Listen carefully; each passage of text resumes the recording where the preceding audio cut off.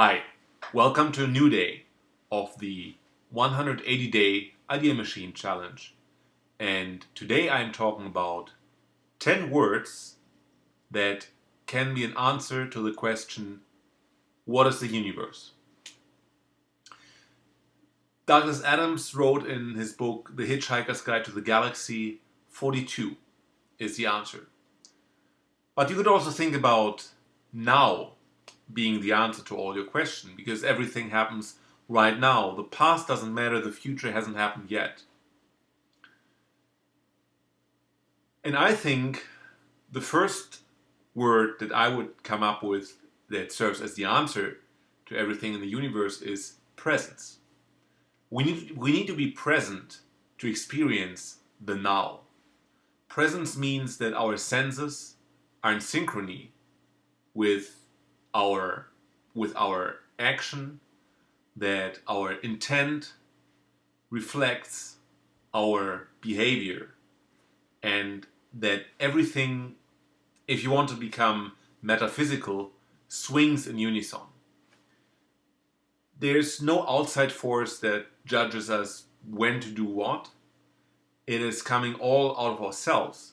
So to really embrace the now, you need to be completely present. And trying to become present is basically a big step towards figuring out what life really means. That's the first word. The second word is singularity. And I was always fascinated by singularities. One frequent daydream I would have when I grew up, and I guess that made me become a scientist, is that,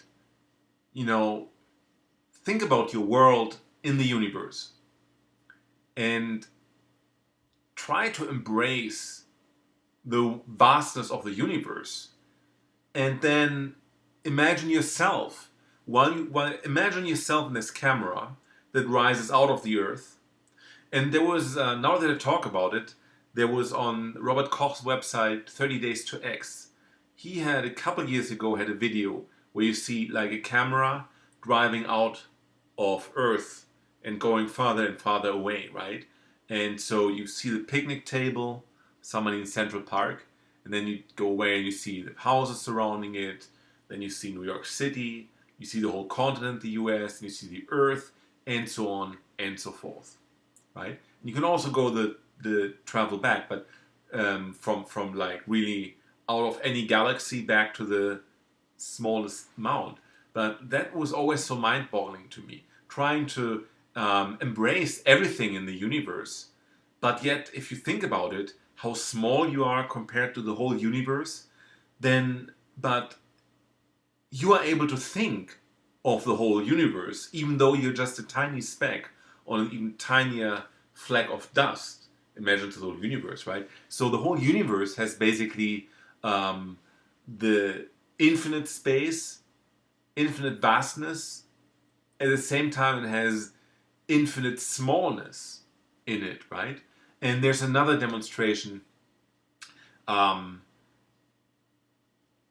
Many measurements you do in science, and that is just my tea being done.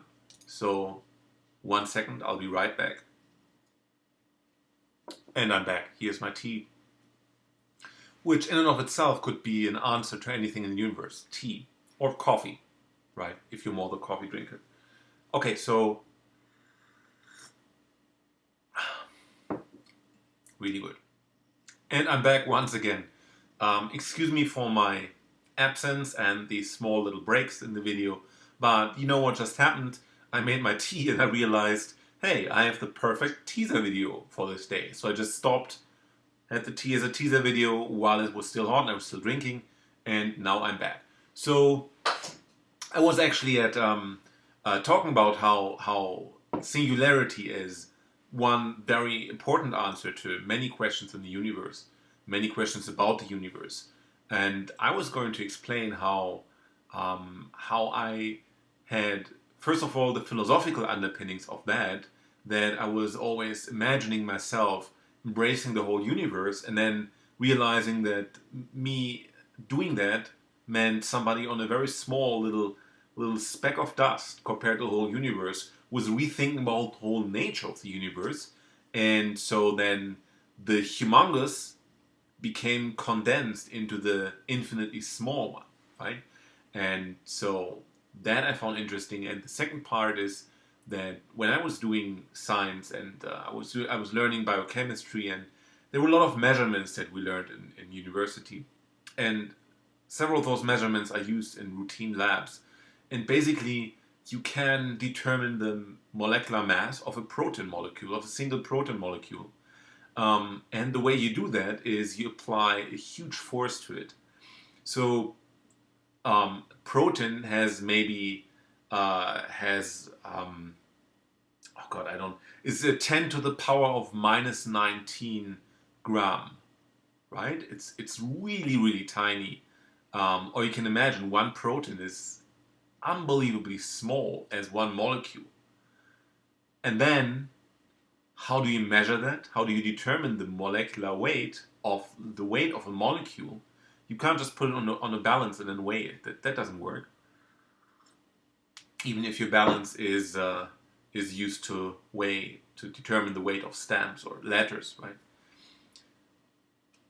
You can. What you do is you use a centrifuge and you spin a sample with your protein around. You dissolve the protein in a solution, and then you spin it in a centrifuge.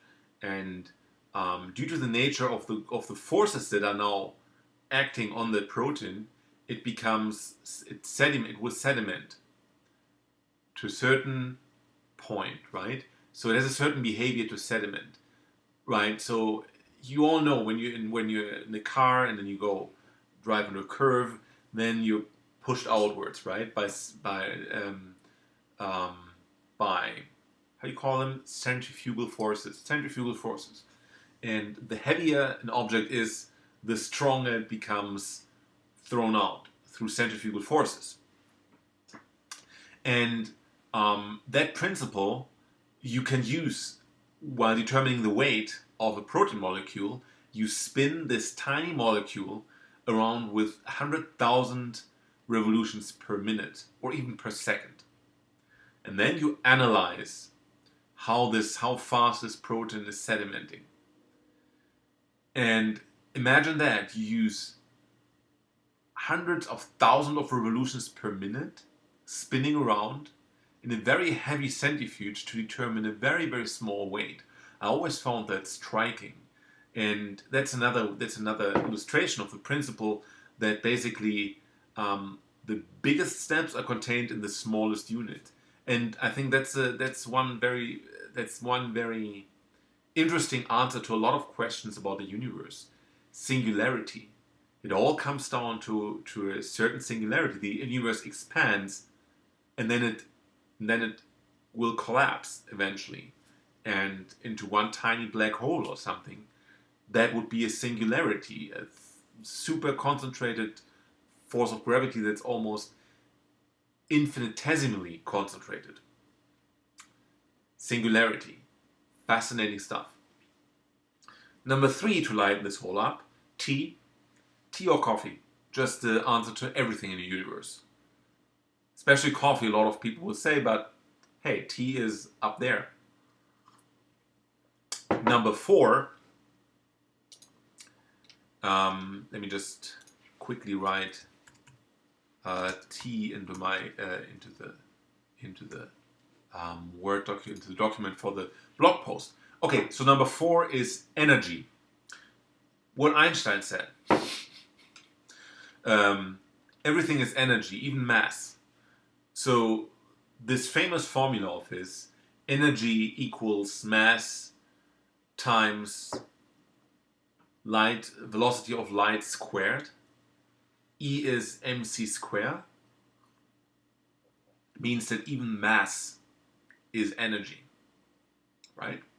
So energy is one answer to what is the universe. Number 5, laughter. The universe laughs at us and our brave attempts to understand it. And I think that's very true. How many times did we just like something bad happened and something else just happened comically at the same time? And I have to laugh at these things, but that's how they work. So yeah, laughter.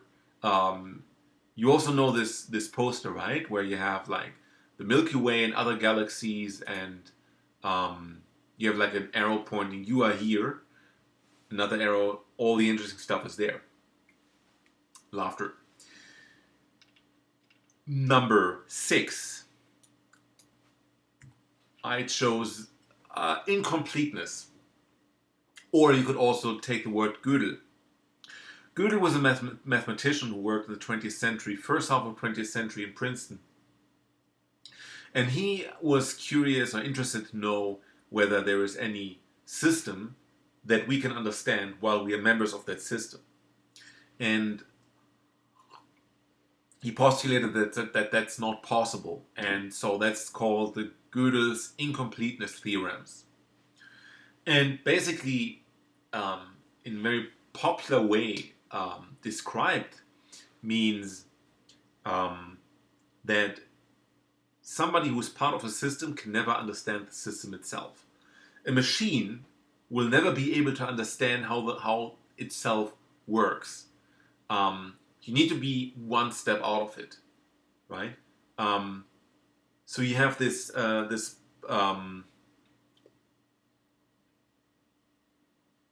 you have this notion. Some people think that, or people thought at the beginning of the 20th century, if you just apply all the rules of mathematics, you will understand the nature of mathematics in the end. But that cannot be done. There's always incompleteness. It's like this like a little caterpillar, and the caterpillar can only see in 2 dimensions. Imagine that. Okay, so now the caterpillar crawls on the surface of an apple or an orange. And this caterpillar will think, gee, I'm just continuing here, I'm going on and on and on, and all of a sudden I'm back to where I started. But I just always moved on and on. That's because the caterpillar, or our caterpillar in that example, doesn't have a sense of 3 dimensions. So it doesn't realize that it's confined to a 2-dimensional system. Any attempts to understand the phenomenon of space will never yield an explanation of where he really is. And that is true if you think about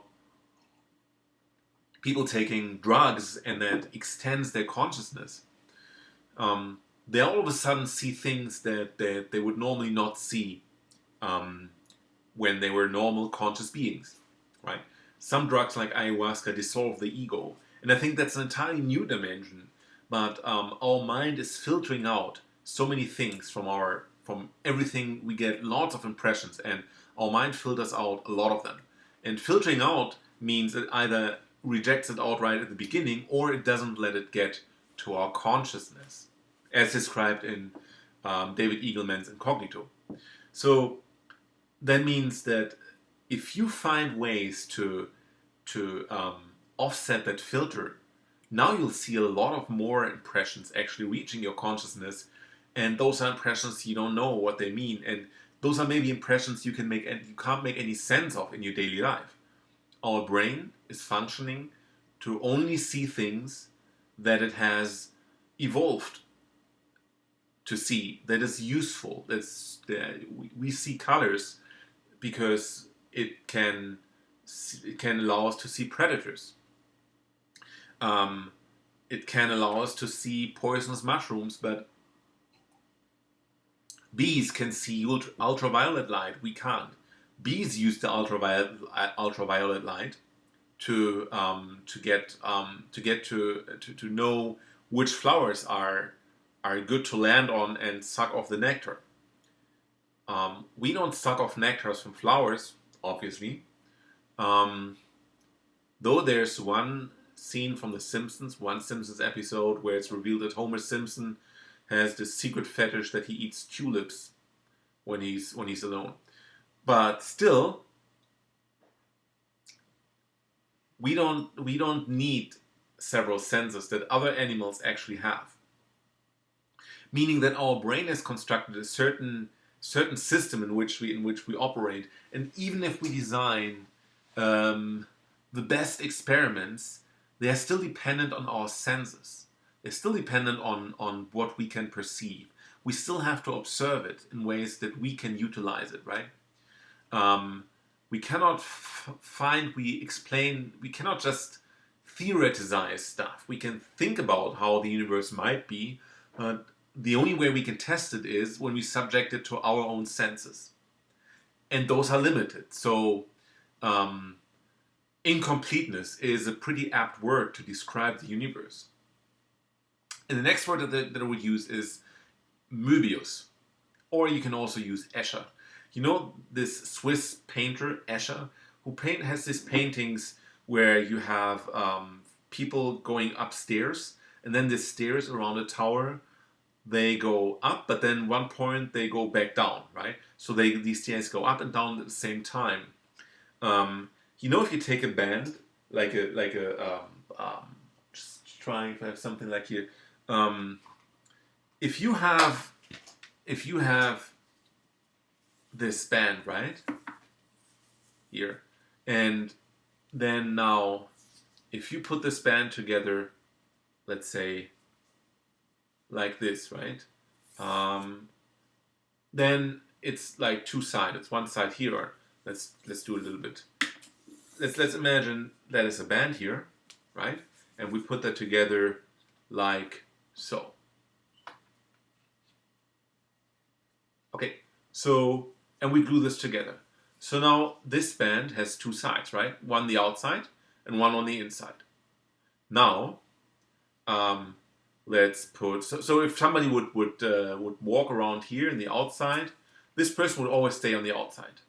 But now let's put it together, folded once. So now a person who goes along here will all of a sudden find,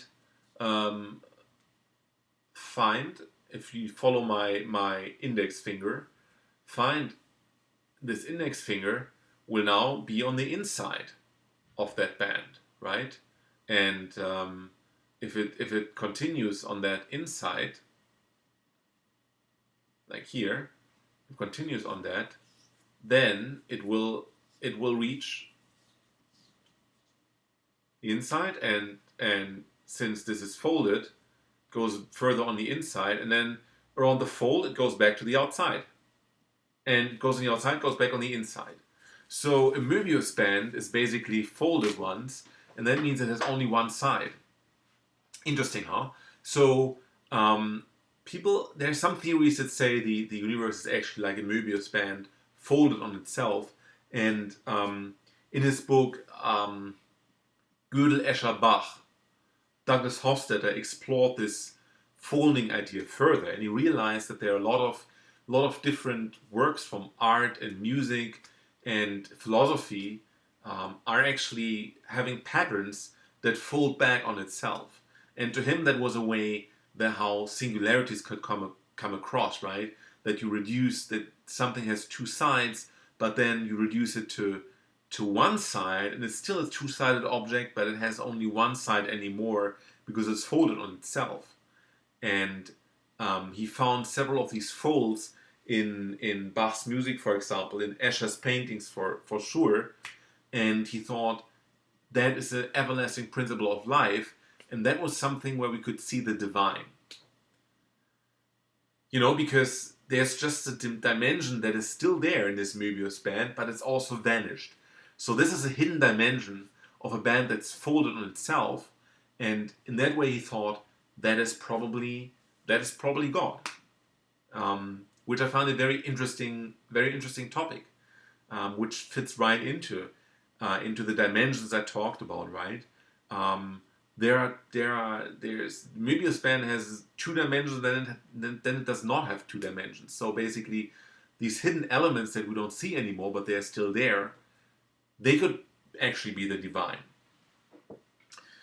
And then I mentioned just Bach, because from that book, Gödel, Escher, Bach. Now, Bach has written some wonderful works, and some, like The Art of the Fugue and the Goldberg Variations, they are actually these infinite loops that fold back, return back on itself. And in his book, he laid it out much better, much more concise, much more complete than I'm doing right here. But that is what he thought is something divine. And I mean, to be honest, if you listen to Bach, at least to me, there is something divine that perspirates through that music. Imagine that music that returns and folds back on itself, and you feel there's some divine spirit coming out of that. Very interesting, and certainly worth to be an answer to any question in the universe. Bach. Number 9 is precision. If the gravity constant would not be as precise as it is, the universe would be dead on arrival. It would fold back in and of itself, or it would fly apart forever, right? So our universe is the way it is based on the gravity constant.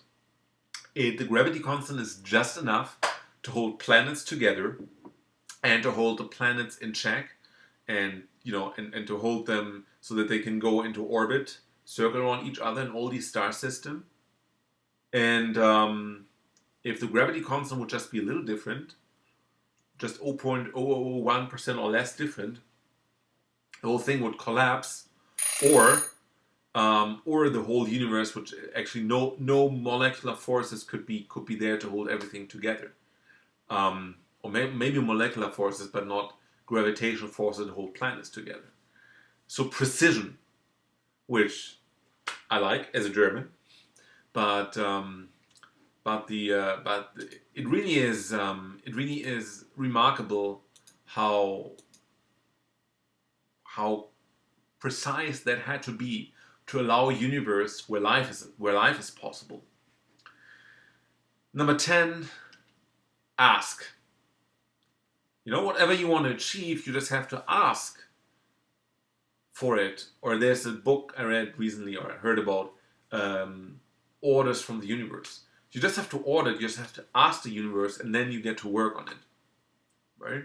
Whatever you want, you inquire, you ask to have, and then your mind is set on that, so that you will be able to work towards that. There was a story of Jim Carrey, the actor, wrote himself a check for $10 million for acting services rendered, due in 10 years. And when he earned, I forgot the movie, but he earned for one movie $10 million. He got the pay just one day after his check that he wrote himself was due. So he just asked, and he got it. And last but not least, you. Is there a God? Maybe there is, but you have to take action to make things happen. It's you. And that's maybe the biggest answer to any question you ask in the universe. Thank you for listening, and I'm happy to have you. I hope you have a nice new start into the week. First week of February 2016. I hope you had a nice January. I hope the February brings you even more success than you already had. And if you enjoyed this video, hit the like button, subscribe to get more updates, and leave me a comment. I answer every question. Some of the comments I got so far, they were really thoughtful, and I really appreciate them. They actually helped me to develop my ideas even further. So I appreciate every comment, and I wish you all the best, good luck, and good night.